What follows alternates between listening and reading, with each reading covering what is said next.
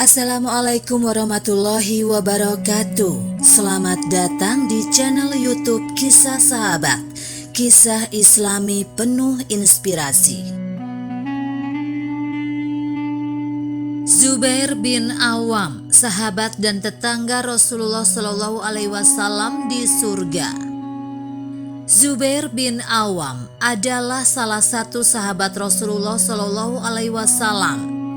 Dia masih memiliki ikatan keluarga, yakni sepupu Rasulullah Shallallahu Alaihi Wasallam.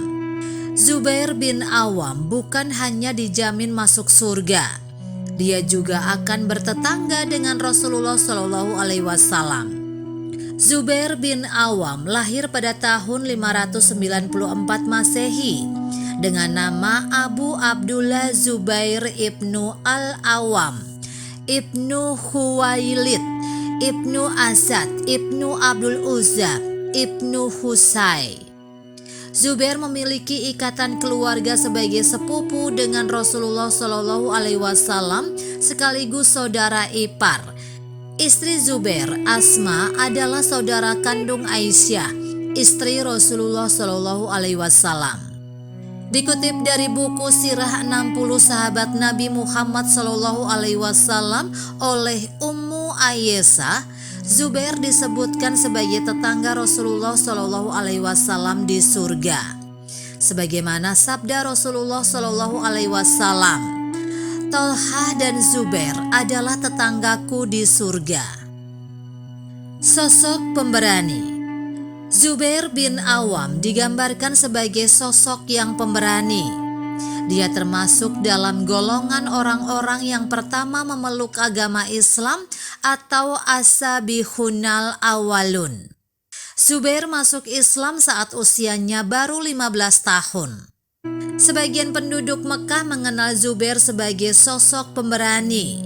Dia juga dikenal andal menunggang kuda. Zubair berasal dari suku yang dihormati. Dia juga dikenal sebagai pebisnis sukses, murah hati, baik dan memiliki iman yang teguh. Zubair juga terkenal dermawan dan tidak sungkan menyedekahkan hartanya di jalan Allah Subhanahu wa taala. Pengawal setia Rasulullah Shallallahu Alaihi Wasallam. Zubair menjadi sosok yang sangat mencintai Rasulullah Shallallahu Alaihi Wasallam. Semasa hidupnya dia membuktikan pengabdian dan pengorbanannya dalam melindungi Rasulullah Shallallahu Alaihi Wasallam. Suatu hari Zubair mendengar kabar bahwa Rasulullah Shallallahu Alaihi Wasallam wafat terbunuh. Seketika Zubair langsung mengambil pedang dan bergegas mencari sumber berita tersebut sambil menunggang kuda.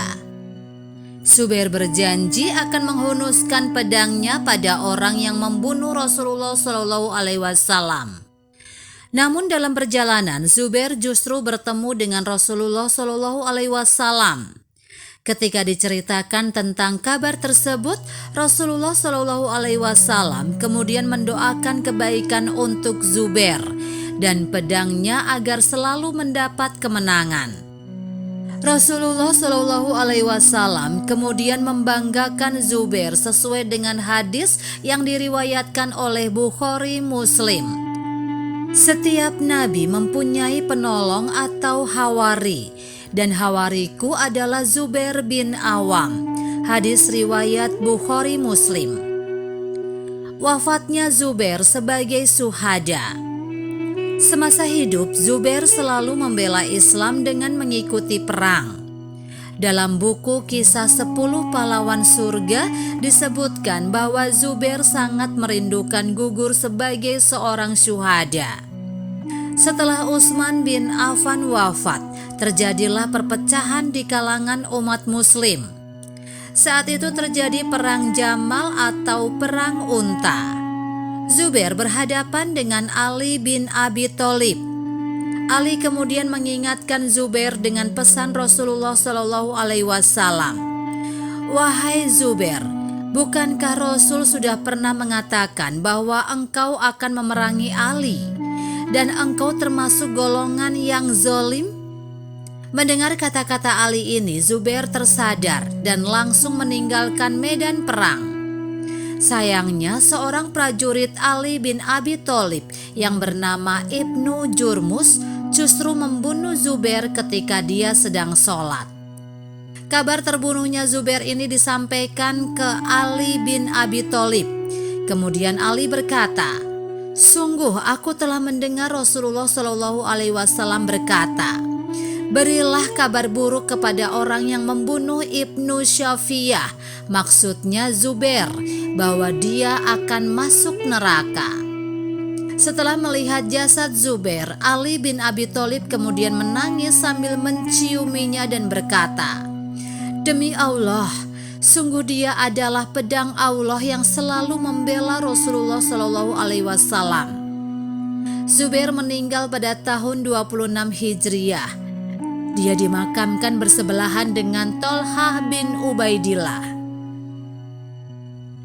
Demikianlah kisah sahabat yang dapat kami sampaikan. Semoga bermanfaat dan dapat menginspirasi kita semua. Sampai jumpa di kisah selanjutnya.